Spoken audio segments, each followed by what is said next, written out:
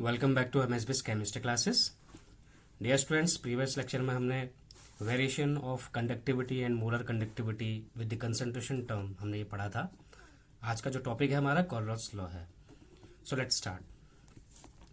देखिए होता क्या है कोलरॉट्स लॉ में, आप ये कोलरॉट्स लॉ तभी पढ़ते हैं जब आपको वीक इलेक्ट्रोलाइट की मोलर कंडक्टिविटी को डिफाइन करना होता है। आप पहले से क्या पढ़ते हुए आए हैं, आपके पास एक सॉल्यूशन है। इस सॉल्यूशन में आपने ए और बी का मिक्सचर बनाया हुआ है, ओके। और आप जानते हैं कि एक वीक इलेक्ट्रोलाइट का जो सॉल्यूशन होता है, ये तो आपका स्ट्रॉन्ग इलेक्ट्रोलाइट का सॉल्यूशन है फॉर एग्जांपल। और आपने स्ट्रॉन्ग इलेक्ट्रोलाइट के सॉल्यूशन के केस में देखा है कि एक लिमिटिंग मोलर कंडक्टिविटी की वैल्यू को क्या कर लेता है, वो अटेन कर लेता है, और जिसे हम डेल्टा नॉट एम से इंडिकेट करते हैं। आपने केसीएल के लिए चीज पढ़ी थी, या आप कंसंट्रेशन का versus delta M means molar conductivity के लिए ग्राफ था, जिसमें आपको ये बताया जा रहा था कि जैसे जैसे कंसंट्रेशन टर्म जीरो पहुंच जाएगा तो मोलर कंडक्टिविटी की वैल्यू एक अपनी यूनिटी में अचीव कर, मीन्स जैसे ही यूनिटी हो जाएगी lambda M lambda not M के बराबर हो जाएगा। इसी को हम लिमिटिंग मोलर कंडक्टिविटी टर्म कहते हैं, ओके। ये आपका स्ट्रॉन्ग इलेक्ट्रोलाइट के केस के लिए था। यदि आपके पास कोई वीक इलेक्ट्रोलाइट केस होता है, आपके पास एक सॉल्यूशन है, किसका, वीक इलेक्ट्रोलाइट्स का सॉल्यूशन है, ओके। इस वीक इलेक्ट्रोलाइट के सॉल्यूशन में आप जानते हैं कि कंप्लीट आयनाइजेशन नहीं होगा, means incomplete ionization takes place, जिसकी वजह से इसका जो आयनाइजेशन होगा वो पुअर होगा, और वो डायरेक्टली हम ग्राफ के जरिए इसको कभी इंडिकेट नहीं कर सकते। मींस यदि हम इसका कंसंट्रेशन टर्म जीरो करने की कोशिश करते हैं तो उसकी मोलर कंडक्टिविटी वैल्यू जो होती है वो ऑलमोस्ट जीरो होने लगती है, लेकिन होती नहीं है, यूनिटी के बराबर पहुंच नहीं पाती है। एक्चुअली कंसंट्रेशन टर्म आपका जैसे जैसे डिक्रीज करेंगे, मींस कंसंट्रेशन टर्म जैसे जैसे हम जीरो की ओर ले जाएंगे तो मोलर कंडक्टिविटी की वैल्यू क्या होगी, इस वाई एक्सिस के क्या हो जाएगी बेटा, पैरेलल हो जाएगी, ओके।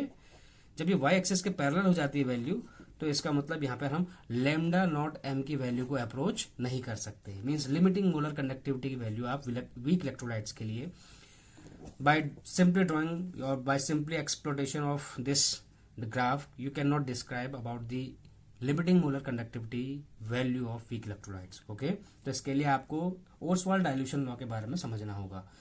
एक्चुअली कॉलरॉट्स जो थे एक साइंटिस्ट थे, जिन्होंने, एक्चुअली वो एक केमिस्ट थे, उन्होंने क्या किया था कि उन्होंने इसके ऊपर काफी स्टडी की। स्टडी करने के बाद उनको क्या दिखा और क्या पता चला वो आपको बताते हैं। एक्चुअली होता क्या है कि जो आपकी कंडक्टिविटी होती है, मीन्स मोलर कंडक्टिविटी की अगर हम बात करते हैं, किसकी, मोलर कंडक्टिविटी की, ओके। हम जानते हैं मोलर कंडक्टिविटी जो होती है इलेक्ट्रोलाइट्स की, वो होती है वो डाइल्यूशन के साथ बढ़ती रहती है।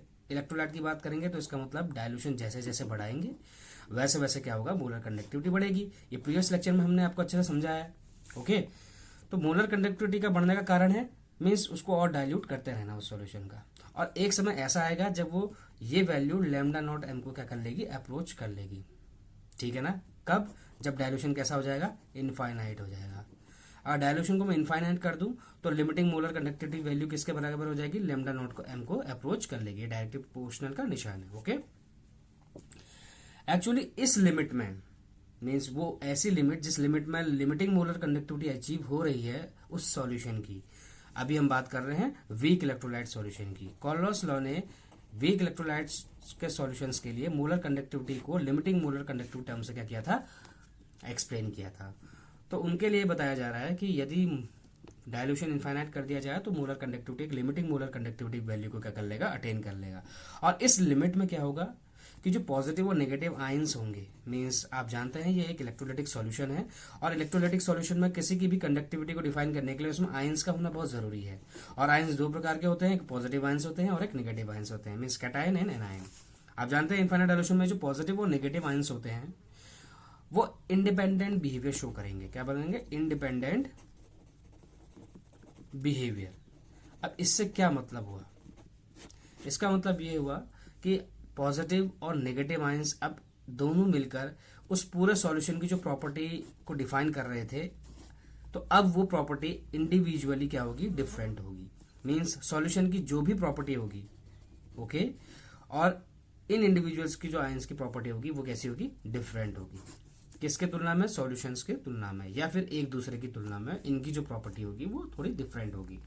मीन्स डिफरेंटली एग्जिबिट कर रहे होंगे। मीन्स अगर मान के चले पॉजिटिव आयंस की क्वांटिटी 5 है तो नेगेटिव आयंस की क्वांटिटी सपोज 10 है, तो इस 5 कम होने की वजह से इस पूरे सॉल्यूशन में अंतर आ सकता है। मीन्स इस पूरे सॉल्यूशन की जो मोलर कंडक्टिविटी है उस टर्म में फर्क पड़ सकता है। इस वजह से पॉजिटिव और नेगेटिव आयंस इंडिविजुअल आयंस की तरह बिहेव करते हैं, ओके, एक दूसरे के साथ, ओके। ना पॉजिटिव नेगेटिव पर डिपेंड करेगा, ना नेगेटिव पॉजिटिव के ऊपर डिपेंड करेगा।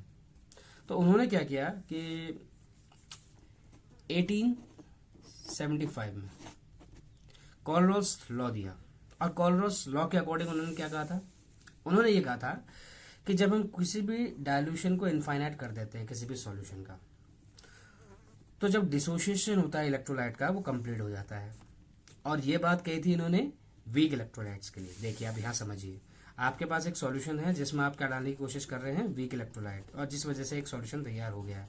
आप जानते हैं वीक इलेक्ट्रोलाइट जब आप इसमें डालते हैं तो अगर आपने इसमें बी के पार्टिकल्स डाले हैं या ए भी डाल रखा है जैसे मान के चलिए, और 10 ए बी डाल रहे हैं, 10 मोल ऑफ ए बी, तो 10 मोल ऑफ ए बी में से सिर्फ 5 मोल ऑफ ए बी जो होंगे यहाँ पे क्या हो जाएंगे, आयनाइज होंगे, ए पॉजिटिव एंड बी निगेटिव में टूट सकेंगे।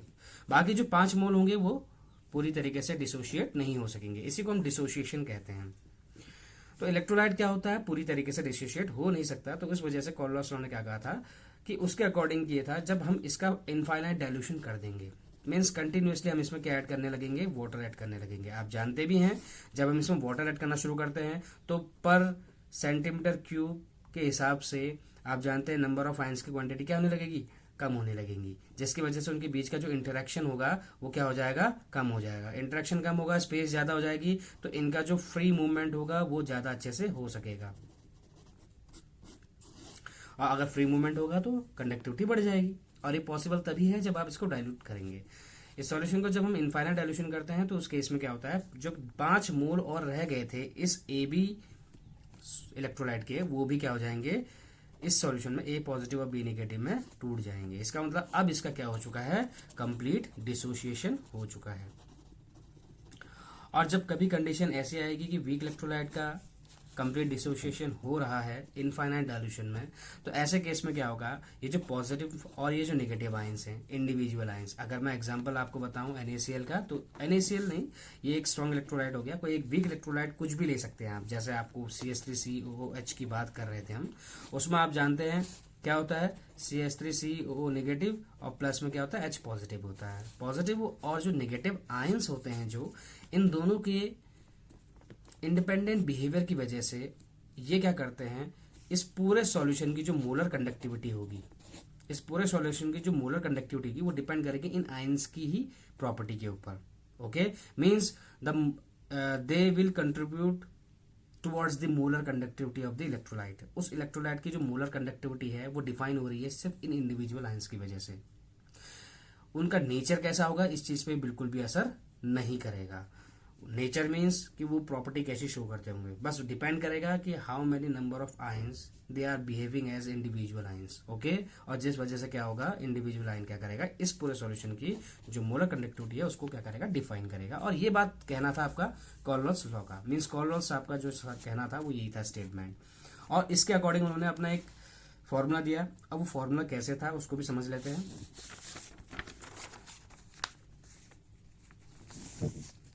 देखिए फॉर्मूले में क्या किया था उन्होंने, मोलर कंडक्टिविटी किसी भी सॉल्यूशन की अगर बोली जाए तो इनफाइनाइट डायल्यूशन में वो कहलाती है लिमिटिंग मोलर कंडक्टिविटी। इस टर्म को हम बोलेंगे लिमिटिंग मोलर कंडक्टिविटी, ओके। ये टर्म लिमिटिंग मोलर कंडक्टिविटी कहलाएगा। और ये जो वैल्यू होगी आपकी वो n positive lambda naught positive plus n negative lambda naught negative से इंडिकेट होता है। अब आपको समझ नहीं आ रहा होगा ये एक्चुअली कैसा फॉर्मूला है। देखिए इसको समझते हैं। आपके पास ये एक पूरा इलेक्ट्रोलाइटिक सॉल्यूशन है, मीन्स ये इलेक्ट्रोलाइट है आपके पास कोई, वो इलेक्ट्रोलाइट दो हिस्सों में टूटेगा, एक पॉजिटिव हिस्से में टूटेगा पूरा हिस्सा, और एक पूरा हिस्सा किसमें टूटेगा, नेगेटिव हिस्से में। आप जानते हैं ये इलेक्ट्रोलाइट आपका जो भी होगा उसकी कुछ ना कुछ क्वांटिटी होगी, ओके। वो इलेक्ट्रोलाइट अगर यहाँ 2 आयंस प्रोड्यूस कर रहा है तो इसका मतलब ये इलेक्ट्रोलाइट 2 आयन से मिलकर बना होगा। और उन 2 आयंस में से हर आयंस की क्वांटिटी कितनी है, वो नंबर ऑफ एन से इंडिकेट हो रही है। अगर पॉजिटिव, उस इलेक्ट्रोलाइट में जो पॉजिटिव पोर्शन है, पॉजिटिव आयन है, उसकी कितनी क्वांटिटी है वो एन पॉजिटिव से इंडिकेट होगी, और नेगेटिव आयन में एन नेगेटिव से उस नेगेटिव आयन की क्वांटिटी को इंडिकेट किया जाएगा। एक एग्जांपल के लिए, समझने के लिए हम एक एग्जांपल ले लेते हैं। जैसे अगर मैं आपसे बोलूं NaCl के लिए आप limiting molar conductivity according to Kohlrausch law लिखिए, तो कैसे लिखेंगे आप, lambda not m for NaCl equals to, formula क्या है, पॉजिटिव और नेगेटिव पोर्शन। आप जानते हैं एक पॉजिटिव टूटता है लैम्डा नॉट Na पॉजिटिव में टूटेगा, प्लस दूसरा टूटेगा लैम्डा नॉट Cl नेगेटिव में। आप जानते हैं यहाँ पे कि जो n की वैल्यू है, means n positive means sodium के कितने आयंस हैं, Na आपने एक ही डाला है तो एक ही आएगा, क्लोरीन एक डाला तो इसमें भी एक आएगा। तो इसका मतलब आप फॉर्मूला के अकॉर्डिंग इस तरीके से क्या कर सकते हैं, वीक इलेक्ट्रोलाइट से आप किसी भी इलेक्ट्रोलाइट के जो मोलर कंडक्टिविटी है या limiting molar conductivity of weak electrolyte है उसको डिफाइन कर सकते हैं। यदि आपसे, ये आप पहला था, दूसरा देख लेते हैं बेरियम क्लोराइड के लिए। आपसे बोला गया बेरियम क्लोराइड के लिए लिखिए, तो लैम्डा नॉट m BaCl2, तो कैसे हो जाएगा, आप बहुत जनरल रिएक्शन कीजिए इसमें, आप पढ़ते हुए आए हैं 10th क्लास में, इसकी रिएक्शन आपने की होंगी कि जब बेरियम क्लोराइड आपका टूटता है तो कितने हिस्सों में टूटता है, आप बेरियम अलग लिख लीजिए, क्लोरीन अलग लिख लीजिए। ओके, आप जानते हैं बेरियम सेकंड ग्रुप का होता है तो +2 चार्ज होता है इसके ऊपर, क्लोरीन 17 ग्रुप का होता है तो -1 चार्ज। जब ये चार्जेस एक्सचेंज होंगे तभी जाके Ba1 हो जाएगा, Cl2 हो जाएगा। या तो हम कह सकते हैं जब आप इसको सेपरेट करें तो इसका जो भी बेस में वैल्यू होती है वो इसका चार्ज बन जाता है, means Ba2 positive and Cl negative में टूटेगा है। तो इतना तो हमें समझ में आ गया कि ये Ba2 पॉजिटिव में टूटेगा, प्लस ये किस में टूटेगा, Cl नेगेटिव में। अब आप मुझे ये बताइए कि रिएक्टेंट साइड में आपके पास बेरियम कितने थे, आपके पास एक बेरियम था तो एक हो गया, वो लिखने की जरूरत नहीं है, एन यहाँ पे जो वैल्यू है। इसी तरीके से आप अगर क्लोरीन की क्वांटिटी देखेंगे यहाँ पे 2 है तो आप यहाँ पे क्या करेंगे, 2 क्लोराइड आयन लगाएंगे। ये 2 वैल्यू किसकी है, that is an negative, means negative ion की जो क्वांटिटी है उसको हम यहाँ इंडिकेट कर रहे हैं। तो इस तरीके से आपका बेरियम क्लोराइड का भी फॉर्मूला लिखा जा सकता है। चलिए कोई तीसरा एग्जाम्पल ले लीजिए, किसी सॉल्ट का ले लेते हैं। जैसे आपके पास क्या है, आपके पास है Na2SO4 है, मीन्स तीसरा आप पकड़ लेते हैं Na2SO4 सोडियम सल्फेट। तो इसका कैसे लिखेंगे, lambda not m Na2SO4।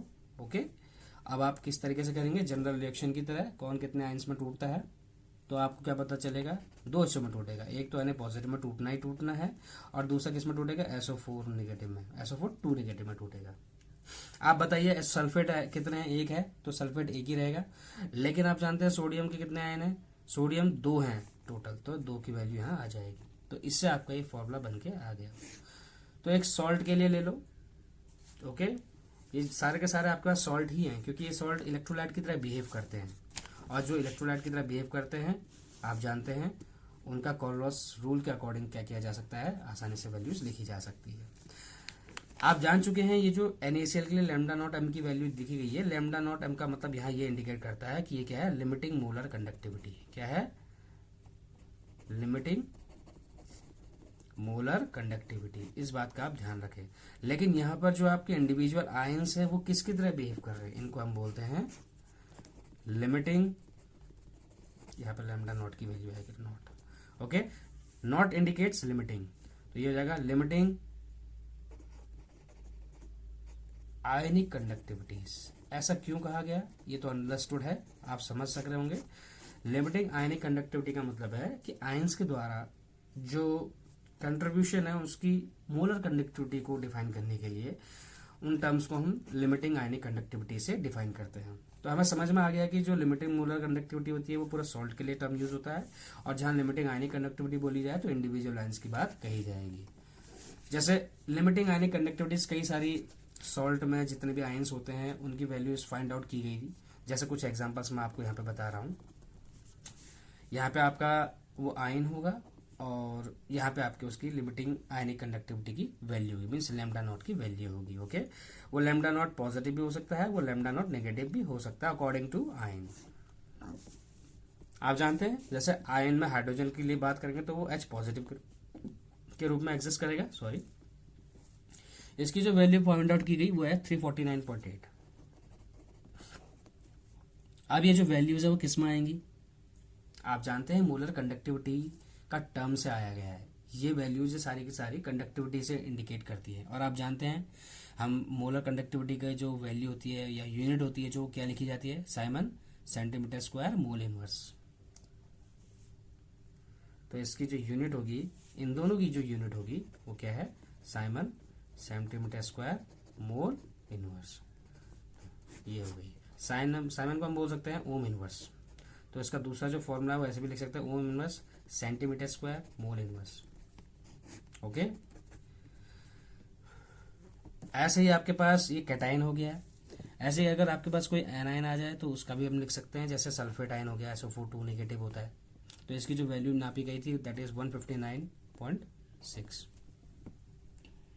Okay, तो आपके पास क्वेश्चन जितने भी आएंगे उस क्वेश्चन में आपके पास लिमिटिंग आयनिक कंडक्टिविटी या लिमिटिंग मोलर कंडक्टिविटी की वैल्यूज कहीं ना कहीं दी गई होंगी। उनमें से 3 टर्म में से पहला टर्म ये है, दूसरा टर्म ये है, तीसरा टर्म ये है। जैसे ये फॉर्मूला आपके पास, इनमें 3 टर्म्स पाए गए हैं, पहला, दूसरा, तीसरा। तो मे भी आपको इन तीनों टर्म में से 2 टर्म की वैल्यू दे रखी हो और तीसरा टर्म की वैल्यू आपको फाइंड आउट करनी हो। ओके, तो इसका एप्लीकेशन है एक्चुअली कॉल्डवाल्स लॉ जब हम पढ़ते हैं तो इसका एप्लीकेशन काफी मिलता है हमें। तो पहला एप्लीकेशन क्या है उसको देख लेते हैं हम। एप्लीकेशन, ओके, कॉल्डवाल्स लॉ के पहला एप्लीकेशन आपका calculation of limiting molar conductivities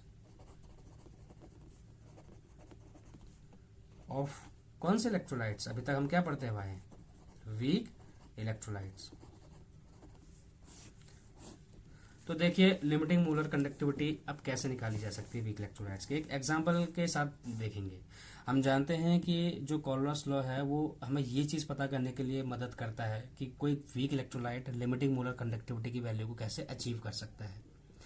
simply by extrapolating diagram between concentration term and molar conductivity, हम उससे डिफाइन नहीं कर सकते लिमिटिंग मोलर कंडक्टिविटी को। जैसा आप ग्राफ में देखते हुए आए हैं कि वो वैल्यू जो होती है CH3COH की वो पैरेलल हो जाएगी वाई एक्सिस के।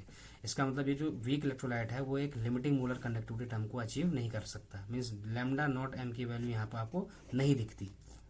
ओके, लेकिन ये टर्म आपको स्ट्रॉन्ग इलेक्ट्रोलाइट में दिखता है। तो उसी चीज को डिफाइन करने के लिए हम सिर्फ ग्राफ के जरिए समझा नहीं सकते, इसलिए कॉल्डवाल्स लॉ देना पड़ा। तो उसका पहला एप्लीकेशन है कि उस वीक इलेक्ट्रोलाइट की लिमिटिंग मोलर कंडक्टिविटी को अगर हमें अचीव करना है तो हमें ये प्रोसेस से गुजरना पड़ेगा जो फॉर्मूला आपके ऊपर लिखा हुआ है। ओके, तो जैसे आपसे बोला गया है कि जो लैम्डा नॉट एम होता है, एग्जाम्पल के लिए हम पढ़ रहे हैं, ठीक है, वो एसिटिक एसिड के लिए दे रखी है, मींस एसिटिक एसिड का फॉर्मूला होता है CH3COOH। Lambda naught M for CH3COH के लिए कैसे कैलकुलेट की जा सकती है value, how we can calculate the value of lambda not M for CH3COH।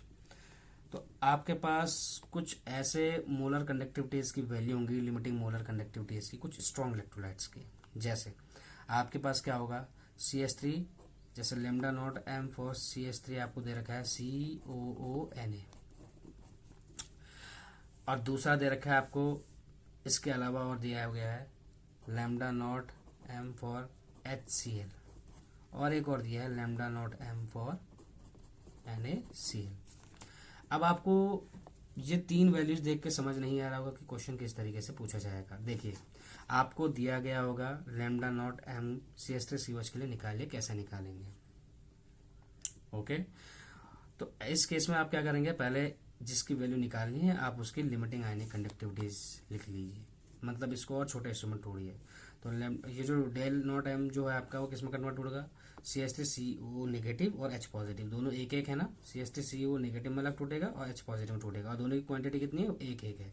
तो इसका मतलब लैम्डा नॉट CH3CO नेगेटिव लिख सकते हैं plus lambda naught H positive.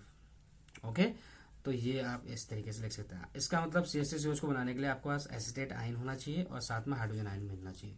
आप जानते हैं बाकी जो 3 हैं ये क्यों लिखे गई हैं, आप इनमें से बताइए कि एसिटेट आयन कहाँ से मिलेगा हमें। एसिटेट आयन मिलेगा इस तरीके से, कैसे मिलेगा, जब इसका वैल्यू किस तरीके से टूटेगी, lambda not M CH3C lambda naught CH3CO negative plus lambda naught Na positive. इसी तरीके से ये वैल्यू कैसे होगी, lambda naught H positive plus lambda naught Cl negative, और ये जो आपकी NaCl की वैल्यू है lambda naught Na positive plus lambda naught Cl negative. तो आपके पास इतनी वैल्यूज निकल के आ चुकी हैं। आप बताइए कौन सी ऐसी दो वैल्यूज आपको दिख रही हैं जिससे हम दोनों को जोड़कर CH3COH में एसिटिक एसिड के लिए लिमिटिंग मोलर कंडक्टिविटी की वैल्यू को फाइंड आउट कर सकते हैं। आपको चाहिए एक एसिटेट एक हाइड्रोजन आयन। ये रहा आपका एक एसिटेट, ओके, और यहाँ है आपका हाइड्रोजन आयन। इसका मतलब ये दो मीन्स इन दोनों सॉल्ट को जब आप मिक्स करें और उसमें से आपको बाकियों को न्यूट्रल करना है, तो न्यूट्रल करने का मतलब आयंस ये हो गया कि पॉजिटिव और नेगेटिव आयंस एक दूसरे से क्या हो जाए, कैंसिल आउट हो जाए। तो पहले हम क्या करने की कोशिश करते हैं, इनको ऐड करने की कोशिश करते हैं। तो ऐड करने से हमें क्या पता चलेगा, हमें ये पता चलेगा कि जो लैम्डा नॉट M है CH3COONA मीन्स सभी के इक्विवेलेंट कैसे ये प्लस हो जाएगा, ठीक है ना, हमें ये चीज पता करनी है।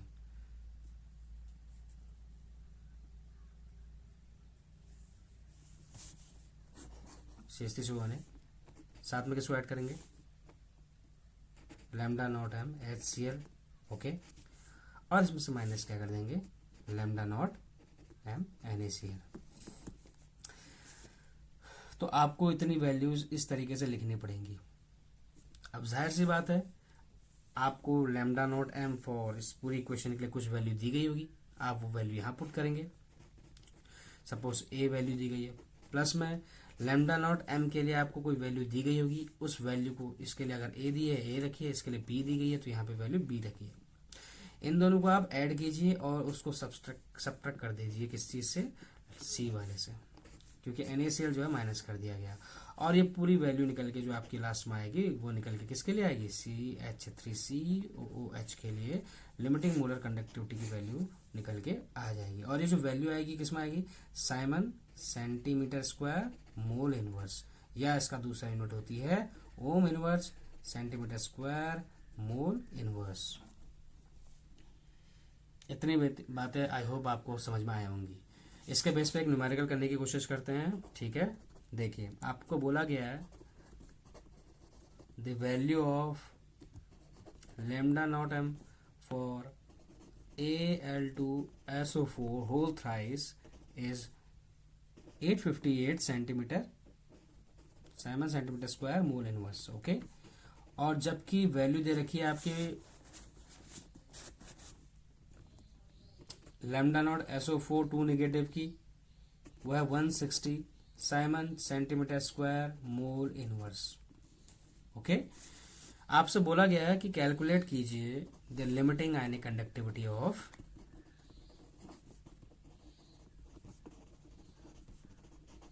Al3 positive. अब बताइए ऐसे केस में हम कैसे करेंगे इस न्यूमेरिकल को। सबसे पहले आपको इसका क्या होना चाहिए, पता होना चाहिए कि एक वीक इलेक्ट्रोलाइट है तो उसके लिए लिमिटिंग मोलर कंडक्टिविटी वैल्यू कैसे लिखी जा सकती है। सॉल्यूशन कर रहे हैं इसका, ओके। तो अकॉर्डिंग टू कार्लोस लॉ हम कैसे देखेंगे, lambda not M for Al2SO4 whole thrice, तो ये कैसे टूटेगा, लैम्डा नॉट एल्यूमिनियम किस में टूटता है, Al3 पॉजिटिव में टूटता है, प्लस सल्फेट किस में टूटता है, लैम्डा नॉट SO4 2 नेगेटिव में। बताइए कितने सल्फेट आयंस हैं, 3 हैं, दिख रहा है आप लोगों को कितने सल्फेट आयंस, 3 है पूरे, तो आप क्या लिखेंगे यहाँ पे 3। एल्यूमिनियम आयंस कितने हैं दिख रहे हैं आपको, 2, तो यहाँ पे क्या लिखेंगे 2। तो आप जानते हैं lambda nought for Al2SO4 whole thrice, देखिए ये बोला lambda nought of Al2SO4 whole thrice इतनी दे रखी है, 858 दिया गया है, तो मैं क्या इसकी वैल्यू यहाँ 858 लिख सकता हूँ। अब आप मुझे बताइए, 2 तो लिखूंगा ही, ये इनटू में है, एल्यूमिनियम 3 पॉजिटिव वैल्यू है क्या, आपको तो फाइंड आउट करनी है लिमिटिंग आयनिक कंडक्टिविटी Al3 पॉजिटिव के लिए। तो गिवन में जो जो वैल्यूज थी उसको लिख लो, lambda not M for Al2SO4 whole thrice दिया गया था आपका 858, और लैम्डा नॉट सल्फेट आयन के लिए दिया गया है वैल्यू आपकी 160, और पूछा गया लैम्डा नॉट Al3 पॉजिटिव के लिए, ओके। ये वैल्यूज पूछी गई हैं, तो ये तो बहुत आसान क्वेश्चन हो गया। आप इनकी वैल्यू 2 इंटू एल्यूमिनियम 3 पॉजिटिव के लिए निकालना ही है हमें लैम्डा नॉट, ओके, बाकी प्लस 3 इंटू सल्फेट आयन की वैल्यू कितनी आएगी 160, तो इसको इंटू कर दीजिए। तो इंटू करने के बाद कितना आएगा 16 3 48, तो इसका मतलब ये हो गया कि ये 858 में से आप 480 माइनस कर दीजिए, बाकी twice Al3 positive lambda naught Al3 positive यही रहेगा। और 858 और इसमें से माइनस करने का जो भी आपकी वैल्यू आएगी उसको आप लिख लीजिए। जैसे इसमें आएगी लगभग 378 और उसके बाद ये 2 की वैल्यू इसके नीचे चली जाएगी और लैम्डा AL3 पॉजिटिव की वैल्यू निकाल सकते हैं। तो ये वैल्यू कितनी आएगी, 2 1 2 1 7 8 16 2 9 18 189 क्या Simon centimetre square mole inverse जो है इसकी क्या आएगी वैल्यू आ जाएगी। और ये किसके लिए निकला है, lambda not AL3 positive means limiting ionic conductivity जो आपको कहाँ निकालनी थी, ये वैल्यू निकालनी थी। और इस तरीके से आप क्या कर सकते हैं, इस क्वेश्चन को डील कर सकते हैं। ओके, नेक्स्ट क्वेश्चन देख लेते हैं इसी के आधार पर, ताकि आपका जो क्वेश्चन है या टॉपिक है वो अच्छे से क्लियर हो जाए। और देखिए कैसे होगा।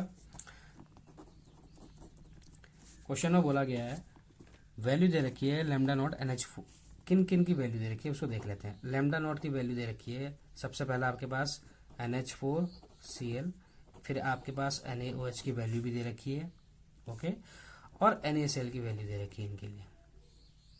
तो ये जो वैल्यू है वो कितनी दी है देख लेते हैं।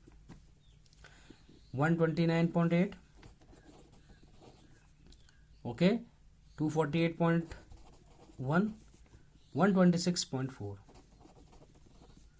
ये वैल्यूज दे रखी हैं आपकी।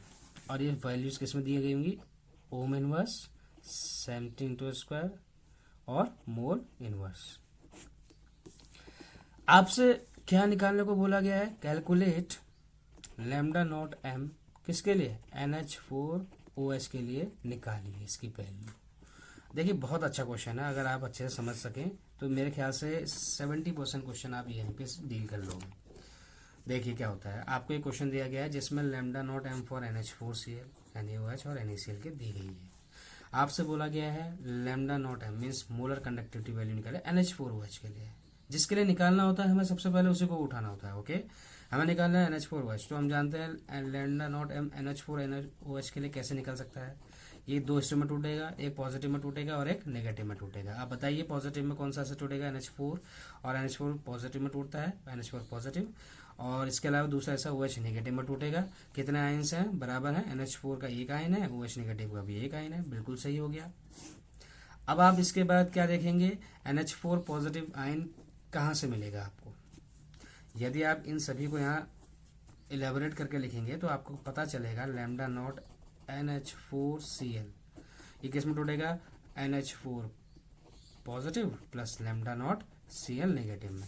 इसी तरीके से अगर आप lambda not M for NaOH लिखेंगे तो आपका lambda naught Na positive plus lambda naught OH negative में टूटेगा। और आपके पास अगर NaCl होगा इसी तरीके से तो पॉजिटिव और नेगेटिव में रिस्पेक्टिव आयंस में टूट जाएंगे, ओके। अब मुझे एक चीज बताइए, आपको अमोनियम आयन मीन्स आपको निकालनी है ये वैल्यू, तो आपके पास अमोनियम आयन कहाँ से मिल रहा है, इस वाली इक्वेशन से मिल रहा है। इसको फर्स्ट इक्वेशन मानते हैं, इसको सेकंड और उसको थर्ड। तो हमें अमोनियम आयन फर्स्ट इक्वेशन से मिल रहा है, तो हम क्या लिख सकते हैं इसी इक्वेशन को further, lambda naught M NH4OH के लिए ऐसा लिख सकते हैं कि अमोनियम आयन यहाँ से निकल रहा है हमारे पास, means lambda not M for NH4Cl, okay. इसके अलावा हाइड्रोक्साइड आयन हमें चाहिए, तो हाइड्रोक्साइड हमें यहाँ से मिल रहा है, तो हम ऐड किसके करेंगे, लैम्डा नॉट M NaOH को इसमें ऐड कर देंगे। बाकी जो वैल्यू होगी आपके पास, इसकी जो पॉजिटिव वैल्यू होगी और इसकी जो पॉजिटिव वैल्यू होगी, मीन्स पॉजिटिव आयन और पॉजिटिव आयन अपोजिट आयन की वजह से कैंसिल आउट हो जाएंगे, ओके। और जिस वजह से क्या होगा, आपका सभी के सभी आयन क्या होंगे, ऐड हो जाएंगे। माइनस में हमारा क्या आ जाएगा, lambda naught M for NaCl। तो इनकी वैल्यूज जो आपको दी गई है इन वैल्यूज को पुट कीजिए और आसानी से आपका आंसर निकल के आ जाएगा। Lambda naught M for NH4OH कैसे निकला, इसकी वैल्यू देखिए आपकी कितनी है, NH4Cl की that is 129.8 plus lambda not M for NaOH कितनी है, 248.1। इन दोनों को ऐड करने के बाद हमें सब्ट्रैक्ट करनी है 126.4 वाली वैल्यू। और इस सारे इक्वेशन जब सॉल्व करेंगे हम तो lambda not M for NH4OH के लिए जो वैल्यू निकल के आएगी आपकी वो है 251.5 ओम inverse centimetre square mole inverse. तो ये क्वेश्चंस जो होते हैं बहुत आसानी से डील हो जाते हैं, आपको ज़्यादा इसको एलेबोरेट करने की ज़रूरत नहीं होती है, ओके। तो इसी तरीके से आप क्वेश्चंस कर सकते हैं। चले एक प्रकार का क्वेश्चन और कर लेते हैं इसके आधार पर, क्योंकि एग्जाम पॉइंट ऑफ व्यू से देखा जाए तो कई प्रकार के क्वेश्चन आपको इसमें से मिलते हैं। लेकिन आप ये जो 2-3 क्वेश्चन आपको करा रहा हूँ उतने की भी प्रैक्टिस करेंगे तो शायद आपका इससे ज़्यादा टफ क्वेश्चन नहीं बन सकता। Okay, calculate lambda not M for NH4OH। Okay, question ये है। अब गिवन क्या दे रखा है आपको, उनकी वैल्यूज हम देख लेते हैं। गिवन में आपको दिया गया है कि लैम्डा नॉट एम की value BaOH whole twice barium hydroxide के लिए दी गई है। इसी तरीके से लैम्डा नॉट BaCl2 के लिए और लैम्डा नॉट एम NH4Cl के लिए। तो इसकी वैल्यू दी गई है आपको 523.28, इसकी वैल्यू दी है 280 और इसकी वैल्यू आपको दे रखी है 129.8।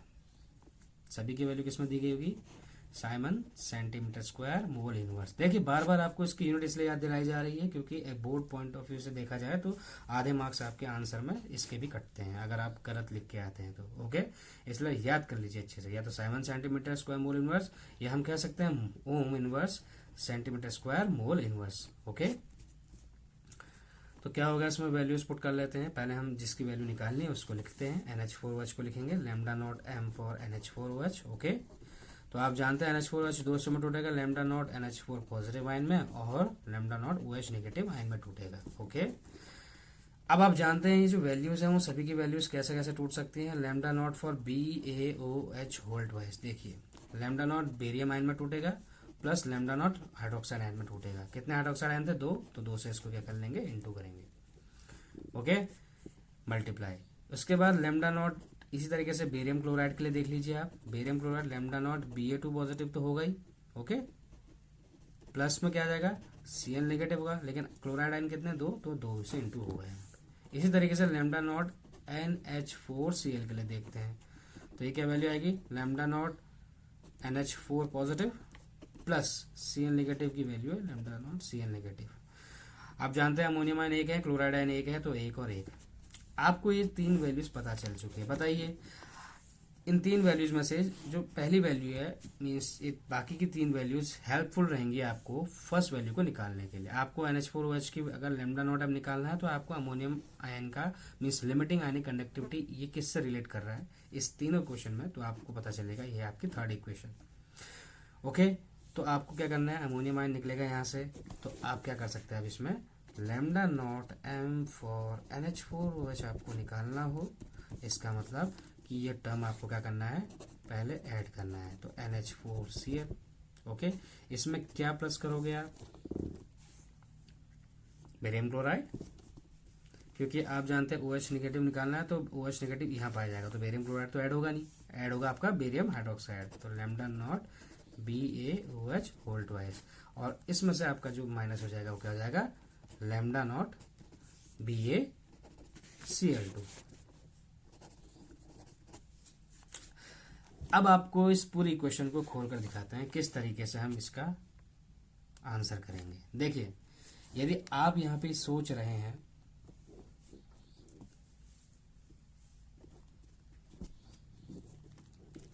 कि इतनी वैल्यूज को रखने के बाद आपका आंसर निकल के आ जाएगा, तो ये गलत है, क्योंकि डेल्टा नॉट एम की वैल्यू BaOH होल ट्वाइस के लिए दिया तो है इन लोगों ने, कितनी दे रखी है, 523.28 दे रखी है, ऐसे इसके लिए भी दे रखी है और इसके लिए भी दे रखी है। लेकिन आप जानते हैं यहाँ पे जो आयंस होते हैं वो हाफ और ट्वाइस करके जो वैल्यूज हैं उनसे भी तो उनकी वैल्यू मल्टीप्लाई होंगी। ओके, तो इसका मतलब ये हो गया कि हम इस वैल्यू को खोल कर लिखेंगे। तो देखिए कैसे करेंगे।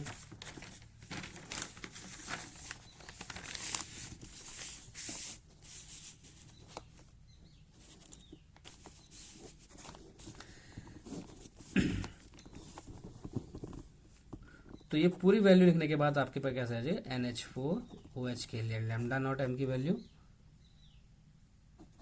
लैम्डा नॉट अमोनियम आयन पहला वाला वैल्यू खोलिए NH4 positive plus lambda naught OH negative मिलेगा ही आपको। ओके, प्लस हाफ आपका क्या निकला, Ba2 पॉजिटिव। ओके, इसी तरीके से माइनस क्या हो जाएगा, half of lambda naught Ba2 positive, क्योंकि आज का दो दो बेरियम आइंस हैं। और उसके बाद उसी का क्लोराइड आयन जो होगा बाहर हो जाएगा, और ये माइनस हो जाएगा लैम्डा नॉट Cl नेगेटिव से। अब आप देख रहे हैं यहाँ पे कि जो वैल्यूज पॉजिटिव और नेगेटिव में अपोजिट वैल्यूज सेम वैल्यूज हैं, वो कैंसिल आउट हो जाएंगी सभी वैल्यू। तो इनको रीअरेंज करने के बाद जो आपको निकल कर आएगा वो है आपका लैम्डा नॉट M NH4OH के लिए। देखिए लैम्डा नॉट NH4 पॉजिटिव, ये तो है ही, plus lambda naught Cl negative. Okay, plus किसके साथ, half of lambda naught Ba2 positive plus lambda naught OH negative. Okay, और माइनस किससे करेंगे, हमने आपको बताया था लास्ट में NaCl वाले से, BaCl2 वाले से, तो ये हो जाएगा half of Ba2 positive, okay, plus Cl negative. तो आप जानते हैं लैम्डा नॉट M की वैल्यू NH4Cl के लिए पहले आपको पुट करनी पड़ेगी, plus half of lambda not M किसके लिए पुट करनी पड़ेगी, बेरियम हाइड्रोक्साइड के लिए पुट करनी पड़ेगी, BaOH होल ट्वाइस, माइनस क्या करोगे, half of lambda not M BaCl2। अंतर क्या आया, इस हाफ का अंतर आया है, इस बात को आपको ध्यान में रखना है, ये हाफ का अंतर ही बहुत ज़रूरी है। ओके, क्योंकि हमने क्या किया, ऐड किया और सब्ट्रैक्ट किया, जो पिछले पेज में हमने बताया था आपको किस तरीके से पेज हमने इन वैल्यूज़ को ऐड और सब्ट्रैक्ट किया यहाँ पे। और उसके बाद जब हमने इसको खोल के देखा तो यहाँ पे जो ट्वाइस OH नेगेटिव था, तो ये वैल्यू इसके नीचे से पहुँच जाती है, तो ये हाफ हो जाती है, यहाँ पे ट्वाइस नहीं आएगा। इसी तरीके से आप ये जानते हैं क्लोराइड आयन के लिए भी जो ट्वाइस वैल्यू है, अगर आप इसको हाफ में कन्वर्ट करते हैं तो अब यहाँ पे ट्वाइस नहीं लिखा जा सकता। तो दोनों रूप उसका सही है, लेकिन आप इतना समझिए कि जो lambda not M BaOH whole twice के लिए था वो हाफ वैल्यू थी, और एक थी आपकी BaCl2 के लिए हाफ वैल्यू। तो आप यहाँ पे देख रहे हैं क्वेश्चन के हिसाब से कि एक तो बेरियम OH के लिए हाफ वैल्यू है और बेरियम क्लोराइड के लिए हाफ वैल्यू है। अब आप इस क्वेश्चन को आसानी से डील कर सकते हैं। लैम्डा नॉट NH4Cl की वैल्यू थी 129.8, ओके, प्लस में क्या आएगा, हाफ, इनटू में BaOH होल ट्वाइस की जो वैल्यू आपको दी गई थी 523.28, ओके, फिर क्या आएगा, माइनस में हाफ, इनटू में BaCl2 की जो वैल्यू दी गई थी आपको, वह आपकी 280 वैल्यू दी गई थी। ओके, अब इन सभी वैल्यूज को आप जब सॉल्व करेंगे तो ये वैल्यू निकल के आ जाएगी, it comes up to 251.447 centimetre ohm inverse centimetre square mole inverse. और ये वैल्यू आपकी किसके लिए निकली है, limiting molar conductivity of NH4OH के लिए निकली है। इस तरीके से इस क्वेश्चन को आप आसानी से डील कर सकते हैं। आई होप कि आपको ये वाला जो टॉपिक था समझ में आया होगा अच्छे से।